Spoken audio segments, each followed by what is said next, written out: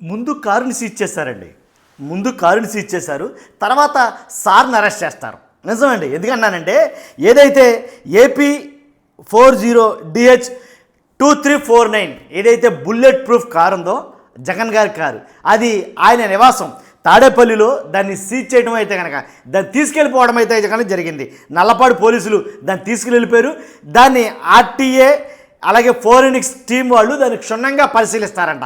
పరిశీలించి ఏం జరిగింది, అసలు ఎలా జరిగింది ఏంటనే దాని మీద ఒక అంచనాకి, ఒక నిర్ధారణ కోసం అయితే కనుక దాన్ని తీసుకెళ్తామని చెప్పి తీసుకెళ్లారు. అంతేకాదు జగన్మోహన్ రెడ్డి గారికి నోటీసులు ఇవ్వడం అయితే జరిగింది.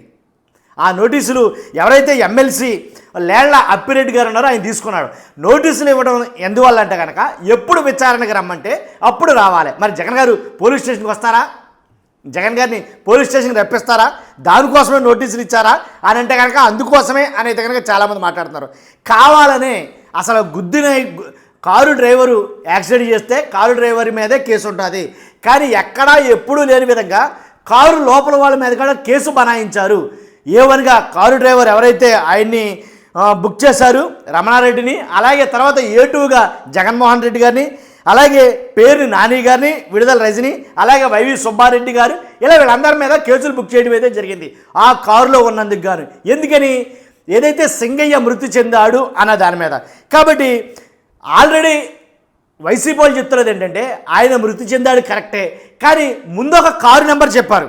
ఆ కారు నెంబర్ ఏంటంటే AP 26CV0001 టాటా సఫారీ అనే కారు సింగయ్యని గుద్దింది, అందువల్లే సింగయ్య చనిపోయాడు, అదొక ప్రైవేట్ వెహికల్ అని చెప్పిన ఎస్పీ గారు మరలా 3 రోజులు పోయేసరికి ఏంటి మరలా ఏం జరిగిందంటే కనుక ఖచ్చితంగా ఆ కారు కాదు, జగన్మోహన్ రెడ్డి గారి కాన్వాయ్లో జగన్ గారి కారే తొక్కి చంపేసింది అనేది కనుక చెప్పడం జరిగింది.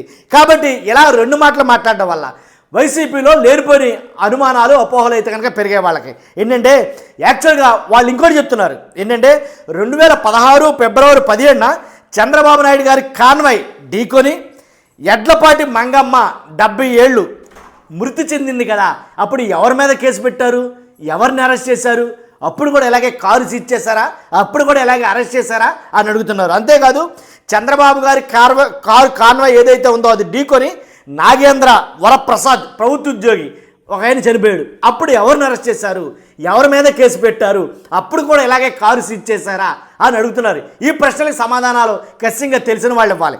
కాబట్టి ఇలాగ ఒకటి కాదు రోజు కాదు చాలా అనుమానాలు అయితే వాళ్ళకు ఉన్నాయి. కాబట్టి నిజంగా అది జగన్మోహన్ రెడ్డి గారి కాన్వాయ్లో జరిగింది, జగన్మోహన్ రెడ్డి గారి కారే ఎక్కింది అయితే కనుక ఎవరైతే అది వీడియో తీశారో ఆ వీడియో తీసిన అతను డైరెక్ట్గా సింగయ్య ఆ తల టైర్ కింద ఉండడాన్ని, అలాగే రెండవది జగన్మోహన్ రెడ్డి గారి మొహాన్ని, ఆ రెండునే ఫోకస్ చేస్తూ తీశాడు. తీసిన వ్యక్తి ఎవరు? నిజంగా తీస్తే గనక ఆ కారు ఎక్కిన తర్వాత అంటే ఆ టైరు ఎలాగైతే కారు ఎక్కింది అన్నారో ఆ మిగిలిన చక్రాలు కూడా ఎక్కిలిపోయాయి అవతలకి. ఇప్పుడు ఎక్కిలిపోతే జస్ట్ కారు తల కింద ఉంటే కనుక ఇలా తల మీదకి ఎక్కించుకుని వెళ్ళి మరలా నెక్స్ట్ టైర్ కూడా తల మీదకి ఎక్కించుకెళ్ళిందా అనేది ఒకటి. తర్వాత ఆ వ్యక్తిని తీసి పక్కన పెట్టింది ఎవరు అసలు, తర్వాత తీస్తున్నప్పుడు వీడియో తీయలేదా, అంతేకాదు ఇంకా చాలా అనుమానాలు అయితే ఉన్నాయి. అంతేకాదు అక్కడ అంతమంది పోలీసులు 53 మంది పోలీసులు ఉన్నారని చెప్తున్నారు కదా, సబ్జెక్టు కరెక్షన్. కానీ ఆ పోలీసులంతా వీళ్ళలో ఎవరో కూడా ఆ వ్యక్తిని చూడలేదా, పోలీసులు ఎవరో కూడా చూడలేదా, అక్కడ ఉన్న ప్రజలు చూడలేదా, ఏం జరిగి ఉంటుంది అసలు? కాబట్టి కావాలని లేదు, ఇంకొక అనుమానం ఇచ్చేస్తారు, లేదు అక్కడ నిలబడ్డ వ్యక్తిని సింగయ్యని కావాలని ఎవరైనా కారు కిందకు తోసేశారా? అర్థమైంది కదండి, కావాలని ఎవరైనా కారు కిందకు తోసేశారా? ఇలాంటి 1, 2 కాదు, ఈ ప్రశ్నలన్నిటికీ సమాధానాలు లేవు. కాబట్టి సమాధానాల కోసం వాళ్ళు వెయిట్ చేస్తున్నారు. చూడాలి మరి ఏం జరుగుతుంది ఏంటనేది. ఖచ్చితంగా ముందైతే కారు, తర్వాత సారే నాకు తెలిసి అరెస్ట్. చూస్తున్నాం మీరు అందరూ కూడా.